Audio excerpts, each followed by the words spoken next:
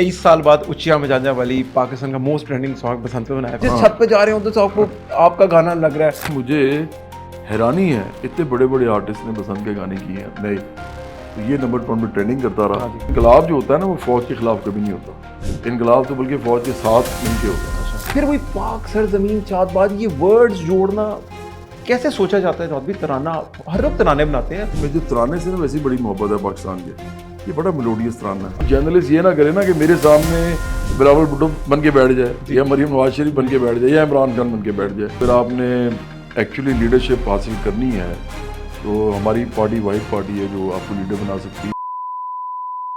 अब आप जब इतने बड़े स्केल पे पीटीवी का एंटेने से हर घर में पीटीवी जा रहा है, हर घर में एंटेना जरूर लगाना है, तो पूरे पाकिस्तान में उसकी पेनिट्रेशन थी, चैनल और कोई था नहीं जी। तो बस वो उसके बाद मुझे मुझे कोई रोक नहीं सका, मुझे कोई टोक नहीं सका। मैंने खुद ही अपने साथ बंद लगाया। मैंने 3 साल एल्बम बनाए, सिर्फ 2003 तक जी। मैंने खुद ही फिर एल्बम बनाने छोड़ दिए। और जब अभी 23 साल बाद उचिया में जाने वाली पाकिस्तान का मोस्ट ट्रेंडिंग सॉन्ग बसंत पे बनाया। फिर 25 साल बाद 25 साल बाद। अच्छा, और क्योंकि मैंने 2001 में किया था ये, तो आपको पता है कि ये जो बसंत है ये 16 साल बाद हुई है। जी जी तकरीबन जी 2008 में हुई थी शायद, जी। आखिरी दुआ। तो जितना भी साल बनते हैं, तो ये बसंत जो है इस पे मुझे हैरानी है इतने बड़े बड़े आर्टिस्ट ने बसंत के गाने किए हैं नए, तो ये नंबर 1 पे ट्रेंडिंग करता रहा। हाँ जी। इस गाने में कोई बात थी और मेरे म्यूजिक में भी ना बड़ा सोचा समझा एक वो था, वो अभी तक चल रहा है। इसका मतलब है कि ये कौम अभी भी एस्थेटिकली या टेस्टफुली वहीं पे खड़ी है, बिल्कुल। जो मैंने सोचा था कि ये पसंद करेंगे इन गानों को, तो इसलिए वो आज भी फिर हिट है। जवाद भाई, नो डाउट कि अगर 25 साल बाद एक चीज़ दोबारा आके 5 या 6 दिन की ट्रेंडिंग लेती है, उतरती नहीं है, और ऐसी वाली ट्रेंडिंग कि हर छत पे चल रही है। हाँ। फोनों पे नहीं चल रही, टीवी पे नहीं चल रही, हर छत के ऊपर चल रही है। नहीं, इंस्टाग्राम पे, टिकटॉक जी। पे, फेसबुक पे भी चल रही है नहीं ना। नहीं, वो तो ट्रेंडिंग तो वो तो आ गई ना हाँ, वहां से, अच्छा, लेकिन वो ओके। छतों पे चल रही है। हाँ, वहां पर जिस हाँ। छत पे जा रहे हो तो आपको आपका गाना लग रहा है। लेकिन जवाद भाई, इसके साथ साथ ये तो हो गया भंगड़ा। अब सबसे खतरनाक चीज कि लोगों के पास होते हैं गाने, आपके पास भंगड़े भी हैं, लेकिन आपके पास तराने हैं। अच्छा, हमारी थी ए पुत्र पुत्र हटा दे नहीं बिकने। अब हमें लगता है कि कुछ अभी शादी के गाने भी आपके, तो मेरे पास टाइम कम है लेकिन चीज़ें बहुत ज़्यादा हैं। लेकिन मैं आऊँगा आपके नेशनल सॉन्ग, क्योंकि 23 मार्च आ रहा है। जवाब भी, ये नेशनल सॉन्ग की क्या थ्योरी है? एक दफ़ा आपने मुझे बताया, कहते यार आपको पता है हमारी फ़ौज में क्या ख़ास बात है? मैं कहा जवानों में क्या चीज़ है? तो मुझे उस एग्जैक्ट वर्ड नहीं पता, तो मैंने आपसे पूछा तो आपने सिंगल वर्ड में बताया, यार इनका कलमा है। हम्म। कि कलमे का ना इनके पास एनर्जी है, कुछ ऐसा आपने बोला कि ये बस फिर कहते हैं जब लड़ना है ना तो हमारे पास एक कलमा है और शहादत है। फिर इंडिया में भी आपने बताया कि इंडियंस अपनी मूवी में डालते हैं कि हम शहीद हो गए, हालांकि इंडियंस मूवी में शहीद का एलिमेंट है ही नहीं, उन्होंने भी हमारे से अडॉप्ट किया। हाँ। ये बड़ी बारीकी है। फिर जब भी गाना बनाना, एंथम बनाना, स्पोर्ट्स के एंथम हो, शादी के गाने हो, भंगड़े हो, लेकिन खास करके जो नेशनल सॉन्ग्स हैं, जो तराने हैं, वो जवाब भी तैयार करने के लिए क्या और होता है? जवान नजर आ रहे होते हैं आंखें बंद करके, क्या देखते हैं आप? देखें, ये जो मेरा गाना है ना दोस्ती, ये जब मैंने बनाया था तो मैंने पाकिस्तान के लिए बनाया था, और जी। दोस्ती तमाम पाकिस्तानियों की आपस में दिखाई थी। लेकिन चूंकि इसके अंदर वो जज्बा, इसके अंदर हिम्मत, वो सारी लफ्ज़ जितने भी आप कह सकते हैं उसके अंदर थे, और जो वीडियो उसका था वो कंसीव जब हुआ तो वो आर्मी का उसमें रोल था, जी क्योंकि जंग दिखानी थी जी बेसिकली। तो उन्होंने कहा कि ये तो गाना बने इसके लिए, तो उन्होंने उसको इस तरह इसका वीडियो बना दिया। ठीक है। मैं समझता हूँ कि आज तक जो आर्मी के लिए या आर्म फोर्सेस के लिए जो गाने जितने भी बने हैं, इसका ये गाना अलहदा क्यों है सबसे, और क्यों फौज या आर्म फोर्सेस के लिए सबसे बड़ा गाना आज तक है? क्योंकि इसके अंदर ना एक ह्यूमन एलिमेंट है। जी ये दोस्ती की बात करता है, और उसमें 3 दोस्त हैं उनके जी आपस जी में जी वो, जी, याद है और मुझे। माएँ जो हैं उनके जो बच्चे शहीद हो जाते हैं वो भी जी उसके अंदर मौजूद है। और लेकिन वो ऐसे मौजूद नहीं है कि आपने वीडियो बस बना दिया तो आपने आम सी एक्टिंग करा ली है। वो बहुत मुस्तनद एक्टिंग हुई है, बहुत ही आला डायरेक्शन है उसकी। ऐसे नईम और आमना खान ने वो जी। किया था, उनका बहुत काम था उसके अंदर ज़बरदस्त। असल वाली वॉर दिखाई। वो सब असल था सब? अब हाँ, वो जो बम फट रहे थे वो असल बम थे। अच्छा, फायरिंग थी, वो वो ये जो सब असल फायरिंग है? फायरिंग असल फायरिंग थी, वो सब आर्मी की चीज़ें अरे थी। वाह। तो इसलिए मेरा ख्याल है इसलिए इतना बड़ा हो गया, और आज तक वो अभी भी मुझे ना लोग कहते हैं फौज के, अभी कोई कैप्टन मेजर तो है, अब तो मुझे कई दफ़ा कोई ब्रिगेडियर भी कहता है, क्योंकि बड़ी एज होती है उनकी भी, मेरे साथ ही उन्होंने भी ग्रो किया। वो कहते हैं जी आपका गाना सुन के हम फौज में गए थे। ये बहुत बड़ी बात है। बहुत बड़ी बात है। हाँ, तो ये मुझे बड़ा अच्छा लगता लेकिन है। जवाब भी चले तो दोस्ती हो गया, फिर हमत वाले धरती के रखवाले, अ, फिर अभी रिसेंटली मिल के कहो बुलंद आवाज़। मैं हमारे एक दोस्त हैं वो देख रहे होंगे तो उनका पैगाम मैं आप तक पहुंचा देता हूँ। वो गए वाघा बॉर्डर के ऊपर, हम्म, तो वो कहते हैं यार वहाँ पर ना हम्म, सिर्फ वो चल रहा था मिलकर कहो बुलंद आवाज़, और बंद कर देते थे और लोग बोलते थे पाक से ज़मीन शाद पाक। हाँ, हाँ। तो अब ये आपने 2000 जो अभी 25 में लिखा है ये वाला गाना, अभी फिर इतना बड़ा तराना बना दिया आपने, और फिर वही पाक सर जमीन चाँद बाद, ये वर्ड्स जोड़ना कैसे सोचा जाता है? जो भी तराना, हर लोग तराने बनाते हैं, 14 अगस्त के ऊपर 500 तराना रिलीज होता है, चलना तू जीवे वतन, ये क्या रीजन होती है? मैं इसका क्रक्स पूछना चाह रहा हूँ, आपका थॉट प्रोसेस क्या होता है जो भी इसके पीछे? मेरे ज़हन में ये होता है कि जो मैं गाना बना रहा हूँ ना, इसकी ट्यून आसान हो एक तो, और दूसरा कोई ऐसी उसके अंदर कॉम्पोजिशन के अंदर चीज़ हो जो हमारे जो पुराना म्यूज़िक है उसकी जो हमारी एक लेगेसी है, उसके अंदर कहीं ना कहीं उसका उसकी झलक आए, ताकि जब लोग उसको गाएं तो उनको अपना अपना लगे। जी तो इसका जो स्केल है, इसके जो हर चीज़ें हैं वो तो सारी हैं ही बड़ी सिंपल और लोगों को पसंद आती हैं। एक तरह से आप समझो कि फोक ट्यून को ही मैंने मॉडर्नाइज किया हुआ है। लेकिन ज़्यादा इंपॉर्टेंट बात यह है कि मुझे तराने से ना वैसी बड़ी मोहब्बत है पाकिस्तान के। ये बड़ा मेलोडियस तराना है। और आपने फर्स्ट टाइम किसी भी गाने में कौमी तराना इनकॉर्पोरेट किया था? हाँ, वो मैंने सबसे जी पहले किया जी था। मुझे उसका भी बड़ा, आज तक मैं उसका प्राइड लेता हूँ। वैसे तो फॉल्स प्राइड ही होती है सारी इंसान की असल में तो, लेकिन मुझे लगता है कि ये बड़ी खूबसूरत प्राइड है। तो ये जो मैंने गाना अभी किया, तो मैंने सोचा कि पहले तो मैंने दोस्ती के अंदर भी और तू ही दिलदार है के अंदर भी जी मैंने तराने को इनकॉर्पोरेट किया था। जी लेकिन इस बार मैंने सोचा कि यार मैं उसका पहला जो है ना ये, क्योंकि इंडिया में ना एक बड़ी मज़ार उन्होंने चीज़ की हुई है। उन्होंने एक अपना एक बनाया हुआ है वंदे मातरम। जी जी जी, हाँ जी हालांकि वंदे मातरम जो है ना वो एक्चुअली उनके तराने के असल जो वर्ड्स हैं उसके साथ उसका कोई डायरेक्ट ताल्लुक नहीं है। ठीक है। उनके उनका कोई और है जो उसके अंदर है, जो मेन लाइन है। हमारी तो मेन लाइन इतनी बड़ी है, पाक सर ज़मीन चाँद जी जी बात। जी तो मैंने कहा कि इस लाइन को मैं यूज़ करता हूँ। तो मैंने फिर उसका जो एंड था ना, जहाँ पे आगे गाना एकदम कोरस लाइन जिसको हम कहते हैं, वो वहाँ पे आगे जब मैं पाक से ज़मीन चाँद बात कहता हूँ, तो मैंने सोचा कि इसको पीछे से मेलोडी ऐसी लाता हूँ कि ये सीधा इसके ऊपर आए। तो वो मैंने कर दिया और वो लोगों को पसंद आ गया। जवाद भाई, सबसे इंपॉर्टेंट चीज़ और मेरा ये आखिरी सवाल आपसे, आपकी पुरानी एक डिस्कोग्राफी जब हम देख रहे होते हैं ना पूरी, हम्म, तो नज़र आता है कि अब होता है हमारे मार्का हक एक, कोई भी 23 मार्च पे, क्योंकि 23 मार्च से रिलेटेड हमारा प्रोग्राम है और ईद का दिन भी है। उस टाइम पे मैंने एक देखा आपका कि आपने लाल रंग की टी शर्ट पहनी हुई है, और आपने एक फौजी शर्ट पहनी हुई है, जैकेट टाइप पहनी हुई है, ट्राउज़र पहना हुआ है, और आपके आगे फौजी बैठे हुए हैं। हम्म, अच्छा, इधर से हेलीकॉप्टर हो रहा है, मैं पूरा उसके तमहीद बांध दूँ, हेलीकॉप्टर बैठ रहा है, टैंक्स लगे हुए हैं, और आप जवानों के लिए बॉर्डर के ऊपर जाके गाने गा रहे हैं। वो एक हुआ ये था कि पाकिस्तान के अंदर ना परवेज़ मुशर्रफ जब थे सदर थे या चीफ आर्मी स्टाफ भी थे, तो उस ज़माने में चूँकि मैं तो कोई पॉलिटिशियन नहीं था, तो मैं तो कोई भी अदारा पाकिस्तान का कोई भी मतलब ज़बरदस्त कोई काम हो रहा है तो मैं पोलियो का एम्बेसडर भी था उस जी, ज़माने में। यूनिसेफ की तरफ तो से। यूनिसेफ की तरफ से और मिनिस्ट्री ऑफ हेल्थ की तरफ से पाकिस्तान की। तो मैं उसमें ज़रूर अपना पार्ट प्ले करता था। इन्होंने मुझे खुद ही कहा कि आपने ना हमारे साथ कुछ प्रोग्राम्स करने हैं जिसमें हमने आपको एंकर के तौर पे लेना। अच्छा, मैंने ये कभी काम नहीं किया, अच्छा, ना पहले ना उसके बाद। लेकिन चूंकि एस्केलेशन हुई हुई थी और उस ज़माने में ये जो फौज थी ना हमारी, ये बाकायदा बॉर्डर पे थी और थ्रेट था इंडिया का उस वक्त, अच्छा, बहुत बड़ा थ्रेट था। ठीक है, सारे बॉर्डर्स ठीक है। हमारे जो थे वहाँ पे फौज खड़ी हुई थी ओके, और बड़ा ओके। पैसा भी लग रहा था। ज़ाहिर बात है, खर्चा होता है। और फिर एक हर वक्त वो फायरिंग और ये वो जी, जी, सारी जी, जी, LOC जी। वगैरह पे। तो मुझे जगह जगह उन्होंने कहा हम जाएंगे और आपने वहाँ जाके न जवानों को, नेवी के भी, आर्मी के भी, उसके अंदर भी आर्टिलरी अलहदा, जी, इन्फेंट्री अलहदा, ओके। सर्विस वो जो सप्लाई अलहदा, आर्मर्ड कोर अलहदा, ये सारों का मतलब आपने जाना है। फिर नेवी में, फिर एयरफोर्स में, तो हर जगह आप जाके ना लोगों को मोटिवेट करेंगे। तो मैंने कहा ठीक है। मैंने इसलिए हामी भर ली क्योंकि मुझे पता था कि जंग बड़ी हौलनाक चीज़ जी, है। आज भी मैं ये कहता हूँ। बयानुल मरसूस में भी आपने खड़े हुए साथ। जी, वो उधर ही मैं खड़ा हुआ क्योंकि मैं नहीं चाहता कि जंग जो है वो हो।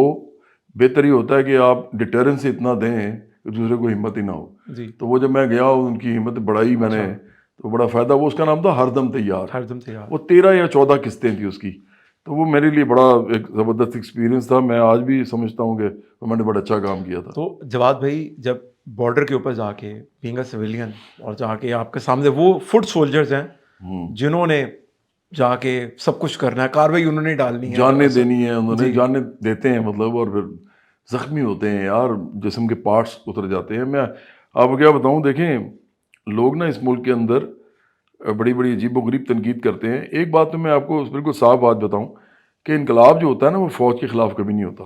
जी। इनकलाब तो बल्कि फ़ौज के साथ मिल के होता है। अच्छा। मतलब फ़ौज आपके साथ मिल जाती है, आप नहीं फ़ौज के साथ मिलते, फ़ौज आपके साथ खड़ी हो जाती है आगे। उनको पता होता है कि ये लोग मुल्क के लिए वाकई कुछ करने लगे हैं, तो उनको लगता है कि उनके साथ खड़े हो जाएं। और वो जब आम लोगों को बाहर निकलते देखते हैं, तो वो भी तो आम लोगों के बच्चे होते हैं ना। फ़ौज में कौन है? मिडिल क्लास, जी जी गरीब जी लोग, जी मेहनत कश लोग। जी। एलीट थोड़ी है हर कोई। तबके का। जी कोई नवाज शरीफ के तो बेटे नहीं ना गए वहाँ पे, जी ना इमरान खान के बच्चे जी, गए हैं, ऐसा ही है। ना ये आप भुट्टो ज़रदारी की फैमिली के ऐसा बच्चे ही गए है। हैं। जी, बच्चे तो आम लोगों के आम हैं। लोगों के हैं। जी तो इसलिए ये जो चीज़ है ना कि आप फौज के साथ लड़े इनकलाब के लिए, ये नहायत बेवकूफ़ाना बात है। रशिया में इतना बड़ा इनकलाब हुआ था, जी बोल्शेविक रेवोल्यूशन जी जो थी, या रशियन रेवोल्यूशन 1917 में, तो उसमें फ़ौज इनके साथ आगे खड़ी हो गई थी। जी इन्होंने फ़ौज के ख़िलाफ़ इनकलाब नहीं किया था, इन्होंने फ़ौज के ख़िलाफ़ बयानिया नहीं बनाया था, साजिश नहीं की थी। तो इसलिए मैं समझता हूँ कि इनको ये पता नहीं चलता कि ये लोग जो हैं ये कितने मुश्किल चीज़ होती है जंग, और कितनी मुश्किल चीज़ होती है सैलाब जलज़ला, जिसके अंदर ये लोग घुसते हैं और अपना पार्ट प्ले करते हैं। बड़ी खिदमात हैं।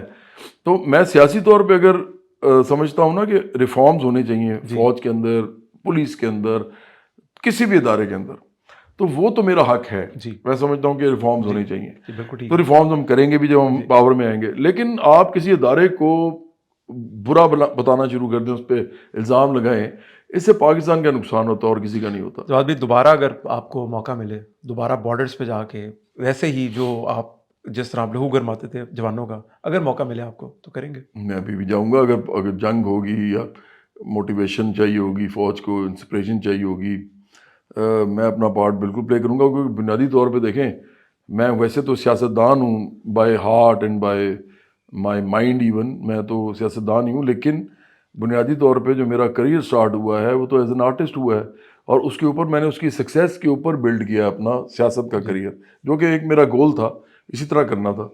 लेकिन आर्टिस्ट को हम बिजनेस से नहीं निकाल सकते ना। जी जी तो आर्टिस्ट तो हमेशा तमाम इदारों के लिए खड़ा है, और आइंदा भी खड़ा रहेगा। मोहब्बत प्यार के लिए भी खड़ा हूँ मैं, पाकिस्तान के लिए भी खड़ा हूँ, पाकिस्तान के इदारों के लिए भी खड़ा हूँ। उसके अलावा स्पिरिचुअल सॉन्ग्स, उसके साथ भी मेरी एक बहुत गहरी जो है वाबस्तगी है। और साथ साथ मैं फेस्टिविटी, यानी चाहे वो मेहंदी का गाना हो, चाहे वो चिया जाजा वाली हो, भंगड़ा हो, मैं उसके साथ भी खड़ा हूँ, क्योंकि मैं एक तरक्की पसंद, रोशन ख्याल और खुशहाल पाकिस्तान बनाना चाहता हूँ बराबरी पार्टी के साथ। जवाब भाई, एक कॉम्प्लीमेंट मैं जाते हुए देता हूँ आपसे। इसके बाद मैंने आपसे 2 गाने लाजमी सुनने हैं प्रोग्राम के अख्ताम में, कि आप आर्टिस्ट होने के साथ साथ टीचर हैं। और टीचर जब गुस्से में आता है ना तो टीचर पे डांटता भी है, क्योंकि टीचर कहता है मैंने तुम्हें सबक पढ़ा रहा हूँ, तुम्हें याद क्यों नहीं हुआ? तो फिर सम टाइम हम देखते भी हैं, लेकिन चले हम खुश भी हैं, बहुत सारे लोगों की रोजी रोटी चल गई है। एक तो चैनल है, मैं नाम नहीं ले सकता यहाँ पर उनका, उन्होंने तो खास डमी बिठाई है आपकी, क्योंकि मैं मीडिया से वाबस्ता हूँ, तो उन्हें डमी बिठाई कि सेठ को बोला उन्होंने कि सर जी मेरा प्रोग्राम चल पे है, देख ले व्यूअरशिप आ गई है। तो अच्छी बात है, जी मुझे तो अच्छा लगता है। देखिए जितने भी ये लोग हैं ना, इससे इससे मेरी बात समझ जाएंगे, और ख़ास तौर पर ये समझ जाएंगे, बात ना भी समझें तो ये समझ जाएंगे कि ये आदमी जो कर रहा है ये अपने दिल के साथ अब बड़ी कुर्बानी दे के कर रहा है। तो इसके ऊपर जो है ना, ये वाला काम ना किया जाए कि आप, मैं किसी को तनकीद करता हूँ तो आप वही बन के मेरे सामने आ जाए। जी अगर मैं इमरान खान की तनकीद कर रहा हूँ या शरीफ ख़ानदान जी पे, जी भुट्टो ज़रदारी ख़ानदान पे, तो कोई जर्नलिस्ट ये ना करे ना कि मेरे सामने बिलावल भुट्टो बन के बैठ जाए, जी या मरीम नवाज शरीफ बन जी के बैठ जाए, या इमरान खान बन के जी। बैठ जाए। आप उनके बारे में भी बात करें, सख्त सवाल भी पूछें, लेकिन मेरा पूरा आंसर लें और मुझे रास्ते में टोके ना फिर। जी बिल्कुल ठीक है। जवाब भी, प्रोग्राम के अख्ताम में क्योंकि 23 मार्च है तो कुछ 2 गाने हम सुनेंगे। एक तो मेरा मोस्ट फेवरेट, सारी मोस्ट फेवरेट है, वो तू जीवे वतन। अच्छा, मैं बिल्कुल वो करता हूँ, वो मेरा सबसे पहला पाकिस्तान के लिए जो मैंने अपने सोलो करियर में सबसे हाँ पहला जी, वो गाना जब भी गाया था। बारिश होती है ना तो हम लोग आपको अज्यूम कर लेते हैं कि बारिश हो रही है, पाकिस्तान का झंडा लगा हुआ है और आप गा रहे हैं। हाँ, जी। वो है ही, वो बड़ा मेरे दिल के करीब है। तो भाई एक और गाना सुनूंगा, लेकिन इसमें जो हमें हमें जो एनर्जी आती है ना, वो समटाइम होता है ना, गाना सेंटर में जा रहा होता है ना तो डेड होता जाता है, फिर आप करते हैं हो वो दोस्ती में भी किया आपने, हाँ। इसमें भी किया आपने, और जब आपने हो करते हैं ना तो वो वैसे बंदा ऐसे एकदम अच्छा, कुछ होता है। अब बग्गा जो है ना मेरे साथ बड़ा उसने पुराना टाइम गुजारा है। मुझे उसने एक दफ़ा कहा और मैं बड़ा हैरान हुआ। बग्गे ने मुझे कहा, जवाद भाई आपकी ना आवाज़ में एक ऐसी चीज़ है जो मैंने नहीं कभी किसी में देखी, ये आपका असल पॉइंट है। क्योंकि मेरे साथ लाइव शोज़ भी जी बहुत जी। किए हैं बग्गे ने। तो मैंने कहा क्या बग्गे? तो कहता है कि आप जब हा या हो या ही करते हैं ना तो वो इतनी बड़ी होती है ओहो हो। कि वो ना, मैंने कहा वो क्यों? कहता है वो आपकी आवाज़ ऐसी है। तो फिर मैंने कहा शायद वाकई होता होगा। तो मैंने अपना सांस जो है ना अब उसको ऑब्जर्व किया, तो वाकई जब मैं करता हूँ ना ऐसे, जैसे वो जो हो है ना वो शायद बड़ा निकलता है। तो ये शायद एक आवाज़ में कोई नेचुरल फिर चीज़ है। हो हावी, हाँ वो तो हाँ पूरी दुनिया का एक स्लैंग बना हुआ है ना, वो हाँ हो हाँ। हा। तो जवाद भाई ये हो से ही एक इसके साथ एक दोस्ती के अंदर भी आपने हो किया, तो मैं तो वही डेस्परेट हूँ सुनने के लिए, और हमारी जितनी ऑडियंस है वो सारी मेरे ख्याल से पाकिस्तान के लिए जान देने वाली है और आपसे बहुत प्यार करते हैं। दोस्ती की आप बात कर रहे हो? दोस्ती भी और ये वाला जवाब भी, हो वाला पार्ट, ये तो आपने इजी वाला गा चलो दिया मैं कर मेरे देता लिए हूँ। जी। जवाब भी देखा जाए ना तो इतना रोमांस है इस गाने में, मुल्क के साथ के तू उसकी जो आप सोच रहे हैं, आपने तो खैर बनाया है ये वाला, लेकिन इसके अंदर ना वो जिस तरह एक बहुत रोमांस नहीं हो रहा होता, लाड हो रहे होते हैं एक अपने मुल्क के साथ, हम्म। कि तू ही घर मेरा, तू ही इश्क मेरा, तू ही सब कुछ मेरा। हाँ हाँ। तो ये आपने खुद देखा था आपने? ये मैं सारे गाने खुद लिखे हुए हैं पाकिस्तान के लिए। तो मैंने जितने भी गाने गाए हैं सब खुद लिखे हैं। उसके अलावा भंगड़े भी मैंने ज़्यादातर खुद लिखे हैं। और लव सॉन्ग जैसे बिन तेरे क्या जीना, मेरा सारा अपना लिखा जी। हुआ है। जवाद भाई बहुत शुक्रिया आपसे, तो मेरे ख्याल से 2 दिन तक अगर सुनते रहे ना तो आपकी एल्बम्स ही खत्म होगी, एल्बम्स खत्म हो जाएंगी, उससे सिंगल्स बहुत हैं आपके उसके साथ। हम्म। तो जवाद भाई टाइम देने के लिए बहुत शुक्रिया। बहुत शुक्रिया और आपका। इसके साथ मैं चाहूँगा कि प्रोग्राम का इख्तिताम मैं आपसे कराऊँ, तो कोई भी आपका हम्म। यूथ के लिए या कोई भी मैसेज हो आपका, क्योंकि आपकी एक पॉलिटिकल पार्टी है इस टाइम पे, हम्म। और नौजवानों के साथ ही, एक तो नौजवान थे ना इमरान खान के, NO जवान, तो आप अगर नौजवानों की बात करें तो उनके लिए कोई मैसेज आपको, और हम इस प्रोग्राम को साइन अप कर देंगे। पहले तो मेरी तरफ से तमाम पाकिस्तान को, पाकिस्तान के तमाम अदारों को, पाकिस्तान के तमाम मेरे हमवतनों को, जो जेल में हैं उनको भी और जेल में से बाहर हैं सबको। और क्योंकि इस मामले में तो सबको आपने कहना ही है, ईद मुबारक सबको हो। पाकिस्तान में नफ़रत, तकसीम, इंतशार, फसाद ना मचाएं, जो भी मचा रहे हैं, जो भी जेल में हैं, जो भी जेल से बाहर हैं। और आप सब पाकिस्तान के लिए सोचें और पाकिस्तान के लोगों के लिए सोचें। और जितने आम लोग हैं जो मिडिल क्लास के और वर्किंग क्लास के लोग हैं, आप जहन में रखें कि किसी भी पॉलिटिकल पार्टी में सिवाय बराबरी पार्टी के आपको इज़्ज़त तक नहीं मिलेगी। आपको लीडर तो बात की बात है, आपको वहाँ चले जाएंगे तो लोग आपको कुछ भी नहीं समझेंगे, वो आपको नारे मारने वाला सिर्फ समझेंगे। तो अगर आपने एक्चुअली लीडरशिप हासिल करनी है तो हमारी पार्टी वाहिद पार्टी है जो आपको लीडर बना सकती है। और हम सिर्फ़ और सिर्फ इल्म की बुनियाद पे, जो आप इल्म हासिल करेंगे हमारे नज़रिए का, और हमारे साथ डिस्कशंस करेंगे, डिबेट्स करेंगे, फिर दर्दमंदी आपके अंदर लोगों के लिए हो, आम लोगों के लिए हो, हम वो गेज करेंगे। फिर आपके अंदर कुर्बानी देने का जज्बा, वो भी हम गेज करेंगे। फिर आप लोगों को, आप जो भी आपने नज़रिया सीखा है, इल्म सीखा है, वो लोगों तक आप लेके जाके उनको आपस में जोड़ने का जो काम है वो अच्छा कर सकते हैं, मेहनत कर सकते हैं, वो भी हम गेज करेंगे। और उसके अलावा फिर हम समझते हैं कि एक और चीज़ है जिसकी मैं हमेशा बात किया करता हूँ, वो है कि दिलेरी हर सूरत में होनी चाहिए। आपको बहुत दिलेर होना चाहिए। इतने बड़े नज़रिए पे अगर आप खड़े हैं, बराबरी के नज़रिए पे, तो फिर आप दिलेर होके खड़े हों और आपकी दिलेरी इंस्पायर करे लोगों को।